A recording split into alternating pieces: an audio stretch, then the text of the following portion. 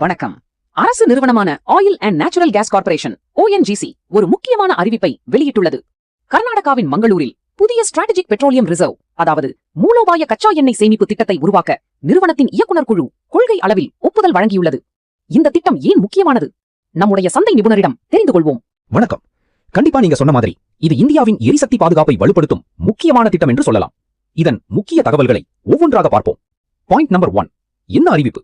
ONGC நிறுவனத்தின் இயக்குனர் குழு Phase 1 எக்ஸ்டென்ஷன் திட்டத்தின் கீழ் மங்களூரில் புதிய ஸ்ட்ராட்டஜிக் பெட்ரோலியம் ரிசர்வ் அமைப்பதற்கு கொள்கை அளவில் இன் பிரின்சிபல் ஒப்புதல் வழங்கியுள்ளது. Point number 2. சேமிப்பு திறன். இந்த புதிய கச்சா எண்ணெய் சேமிப்பு மையத்தின் கொள்ளளவு 1.75 மில்லியன் மெட்ரிக் டன் MMT.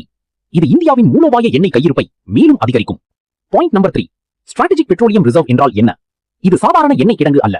போர், சர்வதேச நெருக்கடி, எண்ணெய் விநியோக தடைகள் அல்லது திடீர் விலை உயர்வு போன்ற சூழ்நிலைகளில் நாட்டிற்கு தேவையான கச்சா எண்ணெயை பாதுகாப்பாக வைத்து போடும் அவசரகால கையிருப்பு ஆகும். Point number 4. ஏன் இது முக்கியம்? இந்தியாவின் எரிசக்தி பாதுகாப்பு மேலும் வலுப்படும். வெளிநாட்டு எண்ணெய் விநியோக தடைகளின் தாக்கம் குறையும். நீண்டகால எரிசக்தி திட்டங்களுக்கு இது ஆதரவாக இருக்கும். சரி, இந்த அறிவிப்பு ONGC நிறுவனத்திற்கும் முதலீட்டாளர்களுக்கும் என்ன சிக்னல் கொடுக்கிறது?